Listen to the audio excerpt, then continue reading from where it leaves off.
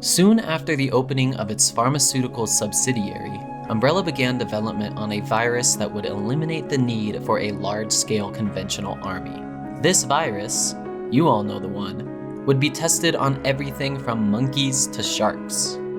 Side effects of the T-virus would vary with each test subject, but all of the infected suffered significant mutation. In 1998, this virus was released onto the unsuspecting residents of Raccoon City. Welcome back to our Enemy Lore series. I'm Cameron, and you just heard Connor speaking. In today's video, we'll be covering Resident Evil 2, the game that first introduced us to Claire Redfield and Leon Kennedy. If you're at all curious where we got our information during the course of this video, our sources are listed in the description below. A rookie cop facing unspeakable evil. There's something really wrong here. These things aren't dying. I just blasted this thing, and it's still alive. One of the most anticipated games of 1998, Resident Evil 2. If the suspense doesn't kill you, something else will. Everyone's gonna die. The first enemy we'll be covering, as per usual, is the zombie. Zombies are the result of a human being being infected by the T-virus. Once this occurs, the sensory organs become paralyzed, and the infected will act solely based on their insatiable hunger. Zombies are the most common enemy in the game, with around 100 of them being present in every scenario. They don't pose much of a threat on their own, but can be incredibly dangerous in large numbers. If you've watched our other videos, none of this info is new, so here's some dumb related trivia. In nearly all live-action adaptations of the Resident Evil universe, they refer to zombies as anything but zombies. In the Netflix show, they call them Zeros, and in the Paul W.S. Anderson films, they refer to them as the undead. This is strange because in the source material, they do refer to them as zombies. About 2 months ago, there was this incident involving zombies. In some cases, the T-virus will further mutate a zombie after a period of dormancy. This process is known as V-Act and results in the creation of a liquor. During its transformation, the zombie's muscle mass increases so significantly that it bursts through the skin, the fingernails turn to razor-sharp claws, and the tongue grows extra long and becomes barbed. The mutation additionally gives lickers an impeccable sense of hearing to counteract their newfound blindness. This handicap allows you to silently move past these BOW abominations with careful movement. When in the presence of other enemies, this task can become rather difficult. This is not the first time we've been exposed to V-Act. If you remember from our RE1 episode, Crimson Heads are the result of V-Act as well. The difference in mutation is due to the victims being infected with different T-virus strains. The exact trigger that causes V-Act to occur is unknown, but it typically affects zombies who have consumed large quantities of biomass. Underneath Raccoon City and Umbrella's secret lab, Nest, there are lickers who have developed further mutations. These evolved lickers are engineered specimens created by the scientists who once occupied the area. They have thinner but stronger tongues than their cousins, and their claws have fused together into one powerful scythe-like talon. The evolved lickers are only present in the original RE2 and in Darkside Chronicles. Next up, we have the zombie Dawg. Now it's important not to mistake the zombie Dawg for the Cerberus enemy in RE and RE0. The zombie Dawg is a Doberman that has had an accidental exposure to the T-virus, whereas the Cerberus was a Doberman that was intentionally created by Umbrella. It's just a thought, but maybe Umbrella named their BOWs after the Gatekeeper of Hell to increase their marketability towards military organizations. Other than this key distinguishing feature, the two enemies are exactly the same. The zombie dogs Leon and Claire face off against were once loyal companions to the RPD. They were introduced to the department at the suggestion of Chief Brian Irons. Chief Irons, like many other city officials, accepted numerous bribes to keep Umbrella out of any investigations. When the weight of everything came crashing down on him while the city was being torn apart, Irons lost his mind, killing several police officers and refugees. If you weren't already sold on how shitty of a person Irons is, he also had a violent history with women and is believed to be a serial killer. I blame him for the fate of these poor doggos. The crow makes a reappearance, but only in the original game.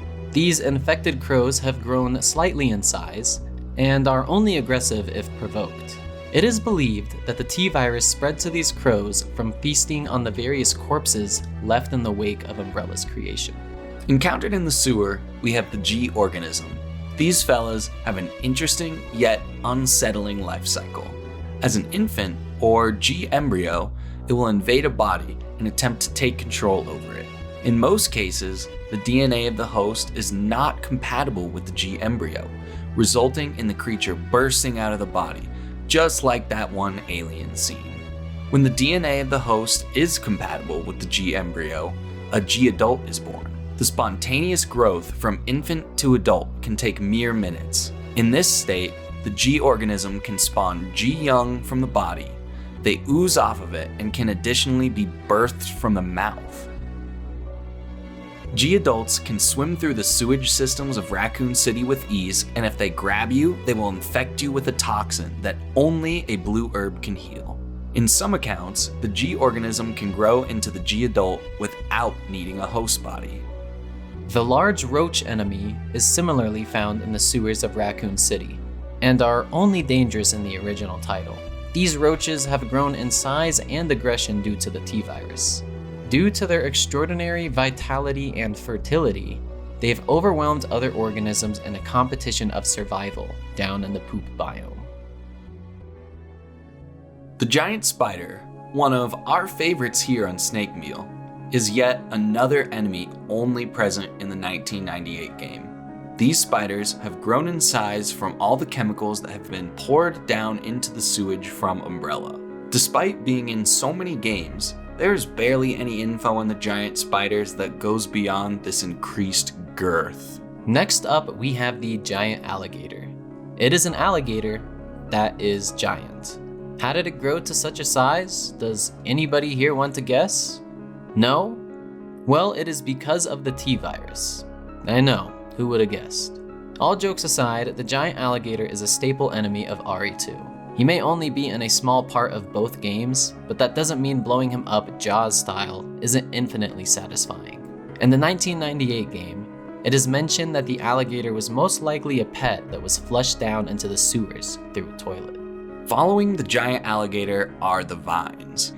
We were hesitant to even mention this enemy because it serves more as an obstacle to prevent you from entering Sleeping Quarters B in the original game. The vines will thrash out and hit the player and are easily destroyed by fire. Ivy had a drastic change when being brought over to the 2019 remake. In the remake, Ivies are the result of scientists being infected by Plant 43. Plant 43 is a mutant plant experiment that has spread itself throughout Nest.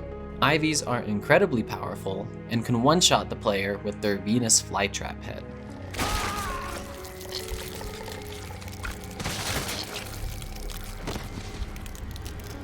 In the original game, Ivies are self-sustaining plants bred from the data of Plant 42. Plant 42, for those who remember, is the bulbous plant boss found in RE1. These Ivies use their vines to walk around independently and entangle their prey. Once their prey is entangled, they will disintegrate it with their digestive acids. They can also spit this acid at the player that causes a stun effect. Poison ivy is a more powerful variant of ivy. They are the result of an ivy being exposed to the P epsilon gas and experiencing further mutation. As a nod to this, the solution you used to destroy Plant 43 in the remake is named P epsilon. Poison ivies look and act like a regular ivy, but their spit attack now has the ability to poison the player. Poison ivies, of course, share their name with one of Gotham's greatest rogues. The larvae found in the PS1 game evolve into giant moths. While not directly confirmed, we can assume these larvae come from the giant moth you encounter in the game. This specific moth was yet another Umbrella experiment. Mutating to such a size led to the wings and body being unbalanced, making its wings strong enough only to hover above the ground. The moth's mutation also led to increased toxicity of its phosphorus powder. Alright, ladies and gentlemen, we are finally at the juicy stuff.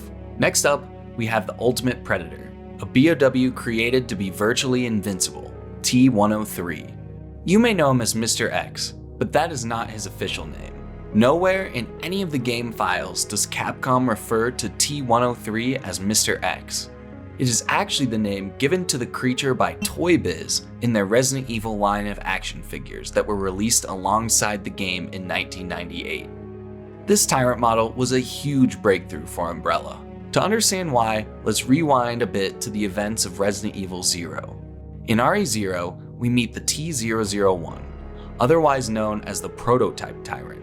The Proto-Tyrant was Umbrella's first step towards developing intelligent human bioweapons for military use.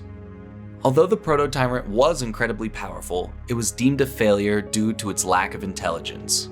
The T-002 in the original Resident Evil improved upon the model by increasing its intelligence to be almost on par with that of a human.